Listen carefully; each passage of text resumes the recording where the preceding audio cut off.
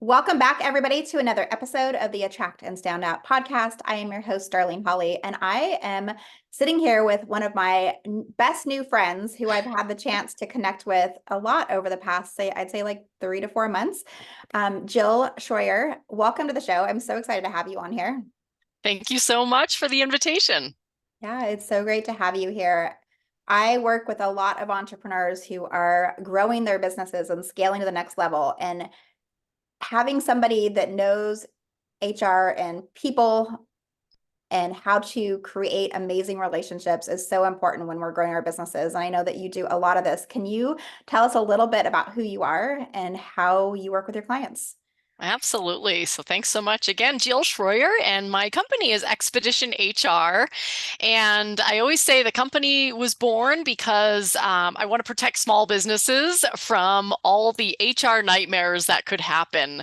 So I come from about 2 decades in the workforce, working in all levels of HR roles, and found it took me a while to really kind of have the light bulb moment of I'm really good at tough conversations. And so Expedition HR was born 6 years ago, and really we exist to help those small businesses with hard conversations. And I like to say with all the other HR stuff too, but really that's what we do most of the day is help with hard conversations. And personally, I live in Park City, Utah, love to mountain bike and ski and just enjoy our 364 days of sun here. And just love working. I'm really passionate about small business and kind of helping them learn what they need to know about HR. That's so wonderful. And I love that you shared some of those personal pieces of the activities you like to do and how you like to spend your time. I'm curious, like take us back a little bit. How did you get into like HR and supporting people in that way? What was it that really called you into that industry? Yeah, so I have kind of an interesting story. So I didn't study human resources in college. I actually was a Spanish major. I speak fluent Spanish as well, so kind of a fun fact. And really after college, I had a great experience and it was awesome, but I didn't know what I wanted to do. And so I grew up in New England and went to college there and just wanted something new. So that's how I found my way to Utah actually for the Olympics back in 2002. And so it was really fun to arrive and check those out. And I just kind of got a job randomly at one of the ski resorts in human resources and thought, okay, this is kind of cool. I get to work with people coming in from other countries to work and fill out paperwork. And it was really fun. And so so actually in 2001 was when I got my first HR job. Again, not really knowing much of anything. And kind of fast forward through the years, I just really enjoyed it and kept looking for opportunities. And eventually, I'll never forget, it was 2007, I got a fantastic opportunity to be an HR manager when I really didn't have that experience. And I had this wonderful mentor, and he said, I believe in you. You've got the skills I want. You can learn the HR. And so I put in the time, took the courses, and from there it just really took off and just found I not only enjoyed it, but I was really good at it. And again, I really leaned into that tough conversation space through the years and really towards the end of those about 17 years in the workforce working in HR, kind of had a moment where someone approached me and asked me if I could consult for them on a sticky situation in their nonprofit business actually, and nonprofit organization. And I said, sure. I mean, I don't really do consulting, but sure. And the next day I quit my job and said, I'm going to be an HR consultant. And I have not looked back since because there's so many businesses that need this support. And frankly, a lot of in-house HR support just is not cutting it. It's very administrative based and there's not a lot of assistance for these small businesses to help with like the real things that come up, the performance issues, the people that need to move on and what to say to them. This one I helped with was like a 14-year employee that they said has been here 13 years too long, help us. And so that was kind of where it all began. And Darlene, I think I'm not even sure I am still on the question. You are doing fabulous. I actually want to come back to something that you said And that was like you had a leader who noticed how you communicate and how you support people and how you show up. And they didn't even care that you didn't have the know-how yet of how to get to do the position that they were having you fill those shoes for. And I think that's such an important piece because I think so often we hire because somebody has a a college certificate and they've been in the industry for a long time and we think that that's what we actually want. But I'm a big fan of like the person themselves, like what's their values, what's the culture, how do they show up as a human being, what are they bringing to the table? Because so many of the job skills that we learn, no matter what industry we're in, we can learn those things. Like most of us are Mhm. very capable of learning the ins and outs of the industry itself, but you can't teach somebody. I mean, you can, but it takes a really long time. And it's oftentimes you can't change somebody like those core values and like the things that are really important to them. Those are such great assets to bring into an organization. And I'm curious, since that was kind of your story, is that something that you work a lot with your clients on and making sure that you get like, what's the saying go, like to put the right person in the right position on the bus, like to make sure that you Yeah. have people in the right place? Like, I'm curious how that impacts the work that you do in HR now. Yeah, thanks for asking that. So, while we don't identify as a recruiting agency or a headhunter, we do help clients with kind of all the things that they really need to know to recruit more effectively. And yeah, actually, I have a couple things I talk to clients about when they're looking for someone. The first is, and I didn't invent this term, I don't even know where I heard it, it was years ago. And it was about kind of looking at this position and saying, what are the kind of Excel traits? What does this person have to come in with that are non-negotiables? And just like you said, Darlene, a lot of these things aren't actually the actual skills of the job. To make a really generic example, like if you have a front desk or a greeter, like you said, you can't teach someone to be warm. I mean, a cold, kind of standoffish person, that's shoving a square peg in a round hole or whatever they say. That is never going to happen. So an Excel trait is they've got to be warm. They've got to have great, people skills. So we talk about that. And I even drill it down further to say, okay, and if you could only have one of those things in this person, what is that one thing? So when we're interviewing and we're looking at people, if someone doesn't fit that main key thing, they're immediately disqualified because and it happens all the time where they convince themselves that no, it's the right person. They're so good. They have the experience. They live here. They this, that, or the other thing.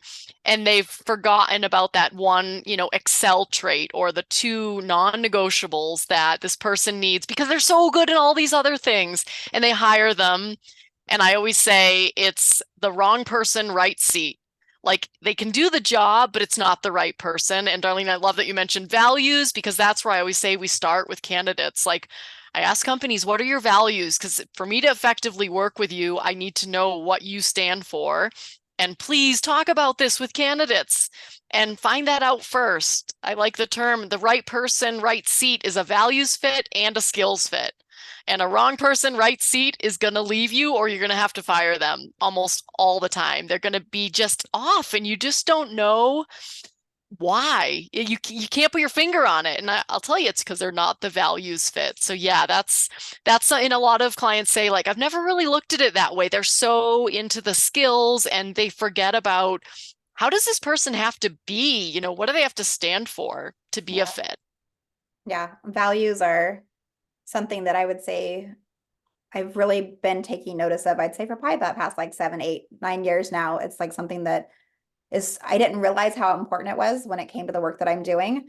Yeah. And it also brings in, I call them red flags, whether it's working with my entrepreneur clients and whether they're hiring somebody to work inside their business, but even if they're just looking at getting clients and the type of people they want to work for, like we need to be able to take a stand and share a little bit about our values and who we are and what we believe in. You don't have to get up on, I do say like get up on your soapbox a little bit and share some of those things because you're going to attract the right people to you, but you're also going to repel the people that aren't going to be a great fit for you during that process. And it's funny how so often we're afraid to share some of those pieces. But once I get my clients to start speaking about it and just sharing, their story and the things that are important to them, how they really start to notice like the red flags start to go away, or they can notice them early and they can say, this isn't going to be a good fit.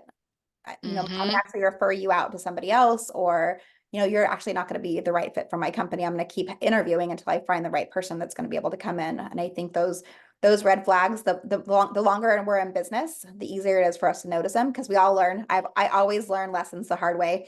Yes. My mother always would say that I was stubborn and I would have to learn it my way, even if she would tell me what the right thing that I should do in that moment. Like I wanted to, go out there and experiment and see how things are going. And so I think it's important as entrepreneurs and leaders, like we experiment a little bit and we start to Yeah. notice like, ooh, these are the things I really connect with and how I want to run my business or, take my career in this direction. And so when we notice those pieces, it just makes us show up so much more in tune with who we really are. Totally. I find I'm folding them into so many more conversations with, just even my business. Every time I make a decision, I've got something on my bulletin board that's like, is this aligned with your values? And is this aligned where you want to go? And sometimes you look up, you're like, no, it's not, but I really want to do it. And it's every time you do it, you always have that moment of like, okay, good lesson learned. Yeah, absolutely. I've been doing some work with a client for about a year now. And one of the things that they were not talking about was values and culture and those Mm, pieces. Like it just wasn't something they were in the break room on the wall and they talked about it during orientation, but that was really as far as it was going. And we built a training program for one of their divisions inside the company. And we really instilled those pieces in the very first couple of days of training to make sure that they were embodying it. And we've been piloting it over the past couple of months. And you can see a shift from the facilitators that have been trained this new way all the way through the new hires on how they're showing up and how it's impacting the bigger vision of the company. And it's, we're starting with brand new hires. We almost have to go back now and really retrain all the employees that have been there for a while because it just wasn't part of that culture. And we're slowly weaving it in to the process. And it's been beautiful to watch. that's so neat. So I'm curious, since you decided to like take that leap and start your own consulting business, what have been some of the biggest like challenges or struggles for you going from working inside of an organization with somebody else to really taking on that leadership role as CEO, founder yourself? What have been some things that you've learned and lessons that might help other entrepreneurs as they're starting their journey into starting a business? Yeah, I love that question. Um, I it's funny, I'll give a quick story about like mountain biking. So someone that I met when I first moved out here, I'd go biking with her and she would just ride over things. And I was like, how do you do that? And she said, Jill, it's mileage. I've been biking for 20 years. And I had just kind of started mountain biking. And I was like, oh, and I'll never forget her. I can picture where we were. And so I look at it with business as like mileage. Some people start a business and I'm not saying I'm like the ultimate of business owner, but some people look at me and they're like, wow, I want to do that. And I said, I've been in business 6 years. I mean, you've been in business so much longer even than I have. And I said, that expression they say, like every overnight success took 6 years. And I look back as like, so many things, if I had just done that differently, I would have been here sooner. But I think it's like that mileage term it's like a rite of passage. You have to do the thing and mess up and run too fast and have something, not ideal happen or work so hard on something and get underpaid for it to learn the lessons, like you said, fail forward or however they say. So I've always been a person that likes to try things and it takes a while for me to get discouraged. And so I think that's one of the biggest things is don't overthink it, think through it, but try it and then know quickly if it's not going to work. And I've had many of those before I kind of landed with this HR subscription. That's kind of the main way I support clients with that on-demand support is I had to do everything for everyone and just work when they needed me to. And yeah, I think that was the biggest thing is try things and quickly drop them if they don't work. But think through them enough. Yeah, and so often, especially when we're starting a business, it's the old saying of like throwing spaghetti against the wall and Yeah. seeing what sticks. Like, is it ready? How do we know exactly what type of work we want to do? Because there's part of it. It's like, what do our ideal clients want? And then what type of work lights us up and excites us to show up every day? Because it's not only just about the clients. Like, we need to make sure we're fulfilled. Like, we're Yeah. starting businesses because a lot of times, and not every entrepreneur relates 100% to this, but a lot of it's like we want the freedom and flexibility to create a business and a life that we love. And I think that's so Hmm. important. Like for me, it was flexibility and freedom in my schedule. That was like a huge Same. piece to what I needed. I was a single mom back when I started my business. I wanted to be home with my kids, and I also wanted to be able to have, provide nicely for my family. And I wanted to do something that was going to make an impact in the world. I wanted to help other people. We only have one life. We want to do the Yeah. things that we love. And so many people because I did HR training and development in my prior career as well. And so many people that I was working with didn't love the work they were doing. It was just a paycheck. Mm, I was like, how do we show up and make an impact and do work that we love that's gonna, leave a legacy at some point in our lives? We don't want to work just to work. Like, yeah, we all need money. That's kind of a given in this society, the way that our world's been built. But yeah. like, how do we do it in a way that really aligns with who we are and allows us to show off those gifts? So, and Well, like, oh, go ahead. no, go ahead. Say I what was you're gonna gonna say, like you and I were chatting about before we started, is like gut feel. I always say, like to my clients, we can't ignore the gut feel. We have to look at facts as well. But I think that's something maybe to add to is just like I joke that I'm not in the business of convincing. I'm not going to convince a client that they need HR, and if they don't know that it's important and they need it. So it's almost like in your business, convincing yourself that like, oh, that's my ideal client, but maybe I should expand, and you convince yourself or the influencer online and you say, oh, but they look so good. I want to do what they're doing. And I always say, like, be careful convincing yourself that you want something else that's not aligned with your values as well. Like, listen, if something feels, whether it's a little stomach ache or the little voice that's like, are you sure? Listen to that, because same thing. I built the business off of, flexibility and said, I want to work this much. And this is how, I want to show up for my family. And everything else had to fit into that container. And if it didn't, it had to be a no, even though it might have been a high price tag no. And that was always one of the hardest things for me when when I really realized that this is the direction I need to go, is like, there's so much more than the price you get paid for something. The Yes. value of, I say at what cost, and has nothing to do with dollars. Like, at what cost in Yeah. your happiness, your life. One of my favorite, my community probably has heard me say this a million times, but I always say, if I say yes to this, what am I saying no to for Yeah. myself? And that I heard that question. I'm not sure exactly what amazing book I read it out of or who said it at what point, but I remember like that gut check of like, ooh, like I'm saying yeah, because I'm by nature a people pleaser. I want to make everybody else happy. And oftentimes that came at my own expense. And I've really worked on this and I feel like I'm in a great place now. But I can still see at different points, like it can creep up very easily back into my life. And I know I love to help other people. So it's like I want to make sure though that I'm doing it not at the expense of my goals and my vision and my dreams, but it's adding to what I'm trying to accomplish, in this short life that I have. And so asking myself often, if I say yes to this, what am I saying no to for my goals? And sometimes I'm like, I'm going to do it. Like this feels great. It's a Yeah. little bit off of what I thought I was going to do, but it feels really good. And then other times I'm like, ooh, you know what? I can't volunteer and do this thing, or I'm not able to come and support at this place or whatever it is. And then I can say no, and no is a complete sentence. I don't even have to explain myself to those Yes. people, but I make that choice, not old Darlene who was like, oh, I will help everybody and be so fried and exhausted that I'll Yep. forget what I'm even trying to work on and like what I want to do. Yes. Oh, so many good things in there. You said something earlier that sticks out to me, especially as entrepreneurs. Like we don't want to compare ourselves to like other people's, like I call it chapters in life, right? Like I Mm. might be on chapter 10, somebody else might be on chapter 1, and we Oh, think I we're love that. overnight successes, or we see, a lot of entrepreneurs or influencers who are doing really big things really quickly, and we want to emulate what we're seeing them do.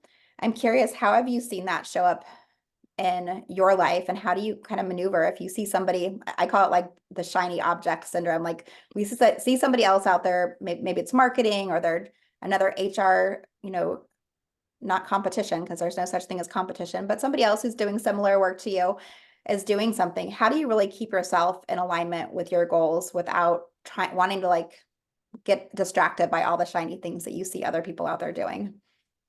Yeah, I think the best way for me is to sit back and say, what is story and what is fact?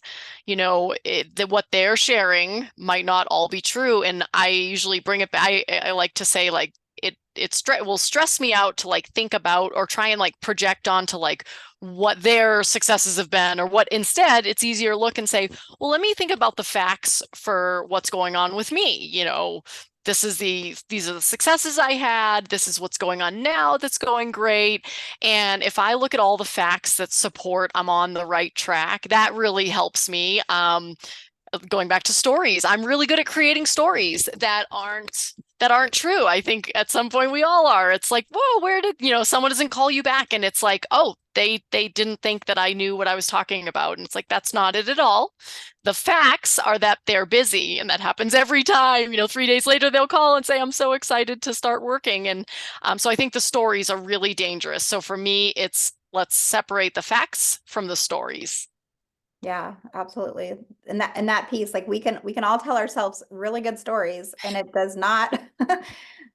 I know I'll speak for myself. Usually the story that I've created in my head that I think is the outcome is crazy wild compared to what actually is going to happen in that moment. And so I've had to really Yes. learn like I have a very good vivid imagination apparently, because usually what I think is going to happen versus what actually happens is usually, a pretty big gap. And so I've had to like learn Yes. how to rein in those stories, because I don't know, our inner critic and our comparison and, you know, the things that our mind can take us on a whole adventure without even leaving our house, right?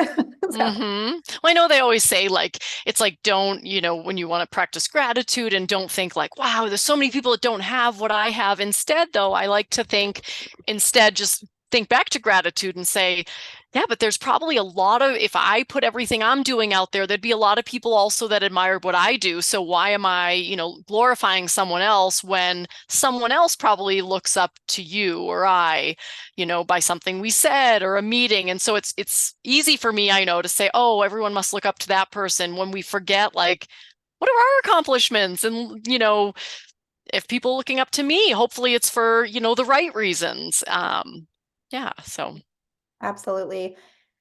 One of the things that I want to like, as we start to kind of wrap up, I have one more last question before we head to rapid fire. When you think about communication, because I know like in HR, as whether we're entrepreneurs or we're leaders inside of organization, we're working with lots of people every single day. And yeah. communication is one of the things that no matter where we are in life, right? Whether it's with our partners, our kids, our coworkers, our colleagues, our clients, we're getting in front of a big group to lead a presentation, like how we communicate is really powerful. And I'm just curious, like what's some of like your favorite tips when it comes to communicating with your team to really get them on board that you found over the years that really helps support your clients and yourself even? Yeah. I think just refreshing on what listening really is. And what I teach is I have a Be a Marvelous Manager training I teach for one of the leadership trainings, and I talk about how we all might think we're listening, but if you're forming any thoughts when they're talking, that's really not fully listening. And so I teach like a quick 2-second pause at the end of what someone else says, to then that's when you form your thoughts about what you're going to say. And if you're really focusing on what the other person has said, that can really just help with them, literally seeing that you're processing and then talking. Also, repeating back and keeping a super calm tone are two of my other favorite communication pieces. Is not like parroting, because I've heard it said that way. I'm like, no, no, you're like mirroring. You want to use their words, but you don't want it to be like, oh, you said, and just say the exact same thing, because they're like, you're just parroting back what I said. But keeping that really even tone and kind of saying, I'm hearing this, and then asking, am I getting this right? Even though if I know, like I'm a good listener, I take notes, I still ask, did I get that right? Did I miss anything? And sometimes they'll say, oh, I want to add this or that. But there's a favorite quote I have about communication. It says the biggest myth about communication is that it's actually taken place. And that's usually I talk about, I'm a big fan of over communicating, and not like in a micromanaging way, but like asking questions like, hey, I explained that, but I know that I see it this way and I know it's new to you. Do you have any other questions? Would you be willing to share if anything doesn't make sense? Just a lot of questions and pausing. I know those are some of my most powerful communication tools. Yeah, those are great. And I love the first one that you mentioned about like really listening to what people are saying. Because as we were talking right now, I actually had it like I formed a question, a couple questions back, and I was trying to hold on to it so tightly because I wanted to ask it that I didn't want to forget what the question was. That I was like, but you're not hearing what she's saying right now, Darlene. So I like dropped that question and just like let myself like sit back for a second. And it's so true. Like I'm very guilty of this. Like I'm like, oh, I want to rebuttal against this, or I have the perfect thing. I gotta say this like statement based off of what you said. But you know, most of the time when you're in a conversation, like somebody might keep going for 2 to 10 minutes saying whatever their piece is, and you don't even hear the last 8 minutes of it because you're still trying to like rebuttal against that first response or the first thing that they said that you're like, oh, I have to like respond in this place. But when we settle back in, we actually have like give the gift of listening to other people can be one of the most powerful tools, especially as a leader, because we want to feel seen, heard, and valued when we're, you know, sharing our thoughts and our feelings and what's coming up in that moment. And if we don't actually hear them, how are we going to actually support them? 100%.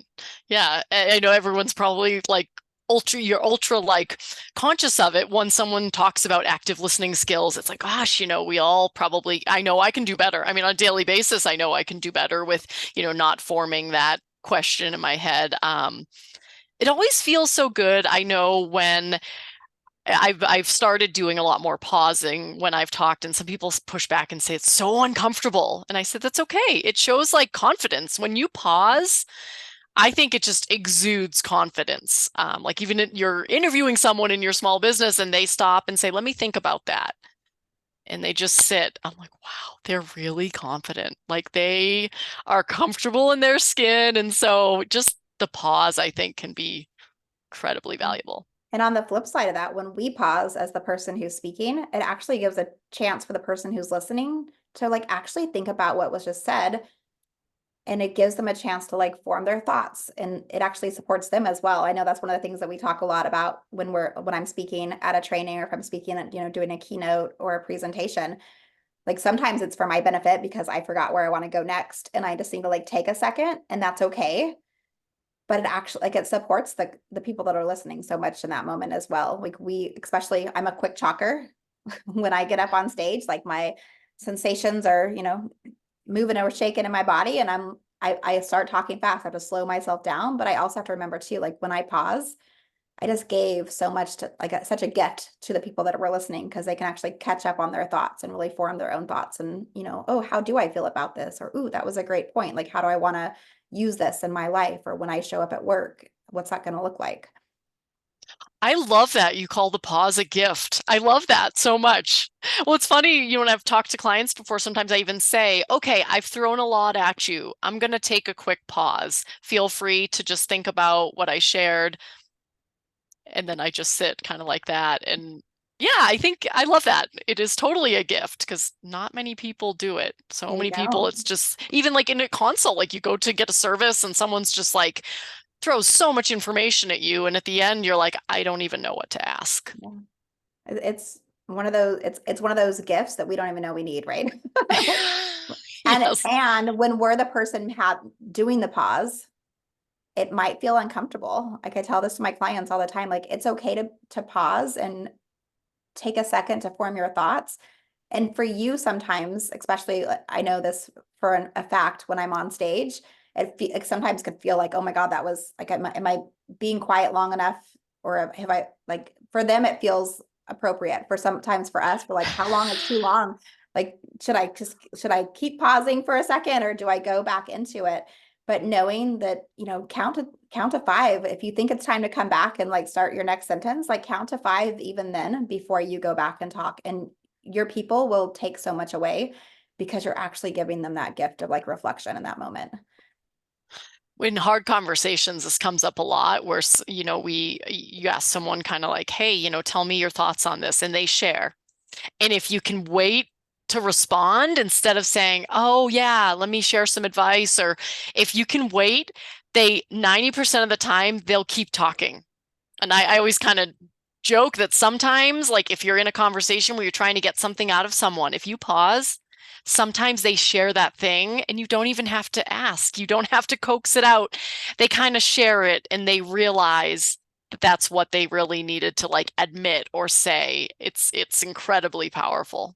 Yes, I love that one. I use that technique very often as a coach because I want my clients to, to not feel like they need to come to me for answers even sometimes. Like Mm, when my clients ask a question, oftentimes they know the answer within them. Like sometimes they do need some support and guidance, but we know what we want to say and how like what we need to do, but sometimes we just don't trust ourselves enough. And so I will even do that. Like my one-to-one clients have access to me by Voxer, which is an app that they can like walkie-talkie back and forth. And I don't respond, and they know this. I don't I rarely will respond pretty quickly. Like I will not, and sometimes I might hear it and I'll still wait. Other times I just haven't got to the message yet. I haven't had a chance to check it. But rarely do I respond right away. Not because I don't want to like jump in and support them, but because I want them to trust themselves. I want them to be like, they'll come back sometimes 2 hours later and I'll have another message after the first one. Here's what I'm thinking. Here's where I think I should go with it. And, they still want to hear like my thoughts and opinion on it, but they've had a chance to verbally process it to me by saying it out loud. They've then taken a second to really listen to what they've said and, figure out what they might want to do, what their gut reaction is in that moment. And then they're like, okay, here's where I'm kind of going now. Like, what do you think about this? Like, here's what I think I should do. And then we can continue the conversation. But it's one of those sneaky coachy techniques that I feel like not all coaches use. Like, I don't mm-mm. like somebody told me once, they're like, you're teaching me how to think without you, Darlene. Like, are you sure you want to like work yourself out of a job? And I'm like, yeah, I'm like, I'm not going to be your coach forever. Like at some point you're going to need, you'll have all the tools and resources that you'll need and you'll feel really confident going out there. And that's what I want. Like you might choose to work with another coach. You might work with me. Like some of my clients work with me for years and years on end, which I love, but I also want them to trust their own voice in those moments. And so I think that's powerful when we can give that to somebody else. That's so good. Such a good reminder because I love like, we do Voxer as well, and I love responding, but I always, even with myself, like if we think through something and we make a decision and we step away for a minute, oftentimes, whether we sleep on it, we come up with, ooh, there's a third option that I never even thought of. Just time, just a pause. Yeah, I love that you said sleeping on it because I recent probably a couple years ago now, I did some research on like human design. And part of the things that I realized about my human design is I should not respond immediately. Like I need to take a little bit of time to think about how I actually feel about a situation. And so now I sleep on it. So if you were to come in and say, hey, Darlene, I need whatever, like whatever you asked, like for the most part, I will say, that sounds great. Let me think about it. Let me sleep on it tonight and I'll get back to you tomorrow, just so I can give myself a chance to go, yeah, I really want to do this. This sounds great. Or no, not going to work. It's not, it doesn't feel like the right, direction to take my business, or it's not the right collaboration, or it's not the right client, like whatever that is. Like I want to have a chance to just really make sure it sits well with me. And so like sleeping on it, or even sometimes just going for a walk, especially if I'm making a decision Yeah. for myself and I'm like, oh, I need to make a choice. I'll just grab the dog and the leash and go for a walk around the block with no podcast, nobody else with me, just, my own quiet space so I can really think and really decide how I want to move forward. So I love that you mentioned those ones. Yeah. Well, we are coming to a wrap, but before we really wrap up, I have a couple questions for you. If I was to give you a plane ticket to anywhere in the world today, where would you travel to and why? Oh gosh. I'm going to Where are we use going? that Where are we pause. going? Yeah. Gosh, today, I might go to, let's see, maybe this isn't so rapid fire. You're like, Jill, this is really slow. I'm going to say Spain. I'm actually Spain, definitely. That's where I lived in college, and my Spanish senora lives there. And I went back to see her 5 years ago now. So it was 20 years after I lived with her. And I was actually thinking the other day how so she was 66 when I lived with her, and she was like 86 when I saw her. And so now she's in her 90s and they walk everywhere. But if I could just pop over and have dinner with her tonight, I would. That would be lovely. I wish I could just give you that ticket right this minute. And I can come with you because I can't imagine how much wealth of knowledge she would be. I love that. Self-care is so important. What is one or two things that you like to do to rejuvenate, refill, recharge, and fill your cup when you're just feeling like a little bit of that stress and overwhelm start to creep up? Yeah. For me, it's exercise. I'm so grateful that it's a part of my day and my life without like any effort. Like it's the first thing that goes into my day. Like I mentioned, I love mountain biking. I don't book any meetings in the mornings in the winter because I love powder skiing, and so it's in or a hike. Like a it's kind of strenuous uphill hike with the dog. Those are definitely my go-tos. It's like a win-win-win. You know, you get exercise, you de-stress, and I love meditating and just sitting quietly. That's something I've been practicing. And sometimes it's with something in my ear, and sometimes it's I set a timer for 15 minutes and I just say, just sit. So good. Yeah. I can only imagine the views that you get to get out into nature with out up in Utah. You've got to It's be so gorgeous. pretty. One of these days, I'm going to get up there. We Yes. spent a lot of time at the bottom of Utah. Growing up as a kid, we went to Zion, and so I've experienced that part, but I've never been to northern Utah. So one of these days, I'm going to get up that way. Great. Well, look me up. I for sure will. Leaving an impact or having an impact and leaving a legacy are something that I hear a lot of entrepreneurs specifically like we want to be able to give a piece of that back. What's something that you want to have as part of your footprint? Yeah. I want to be that person that, and it for me, it doesn't have to be, thousands of people, like a few people at the kind of end of my life that say, Jill, like changed the way I looked at things, whether it be for tough conversations, personally or professionally. Like a mentor in their life. Like I can name, really one key one in my life who I talk about him, all the time when people say, who are your mentors? So if someone said Jill was my mentor, she was someone who really changed the way I think. That's it. Yeah. That's my work is done. And my kids saying, I want to be like mom. I want to do what she did. And Yeah.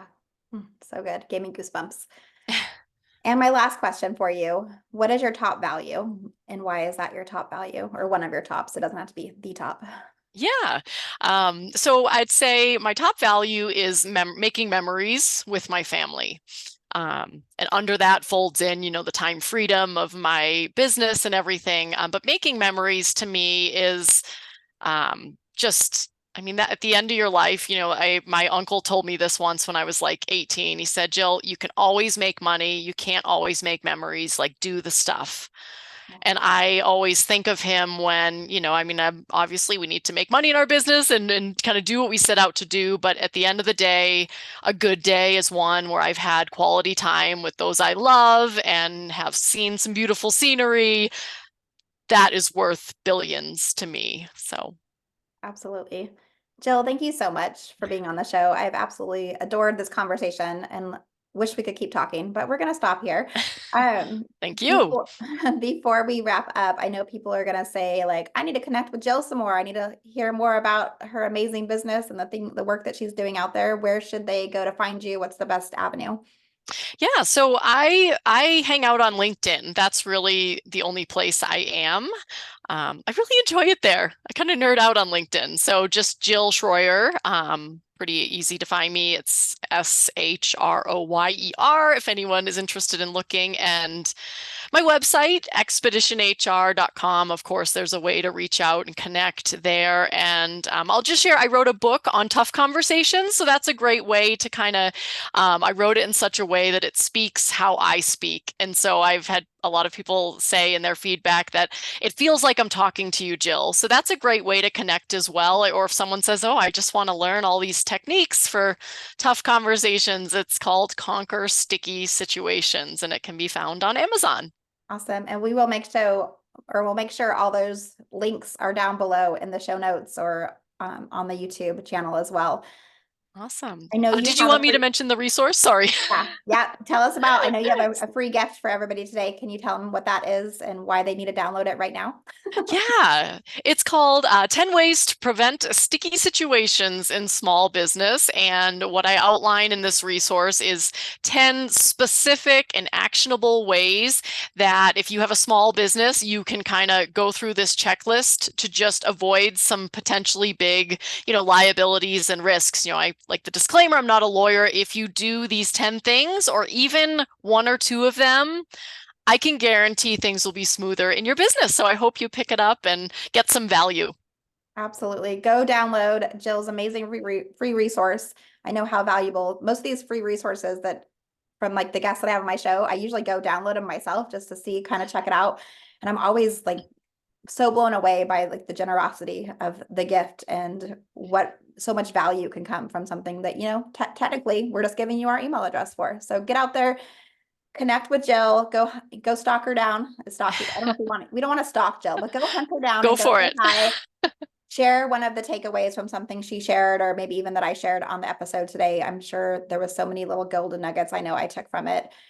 Thank you, everybody, for joining us on another episode of the Attract and Stand Out podcast. I would love for you to do something amazing, which is go hit the little plus sign and subscribe or follow the podcast on whatever platform you are following it on. That way you get a chance to know when my next episode is going to drop. And then I also, we get to connect with you every single, or not, or I was gonna say every single week, but we're doing bi-weekly episodes these days. So at least twice a month, you're going to hear another fabulous episode from somebody who's out there, not only living the life that they want, but they're building a business or a career that really lights them up. So thank you again, Jill, for being here. And that's a wrap for another episode of the Attract and Stand Out podcast. Remember, I believe in you. You're allowed to stand out. You're allowed to shine. You're allowed to be you. We'll see you next time. Bye, everybody. Thank you.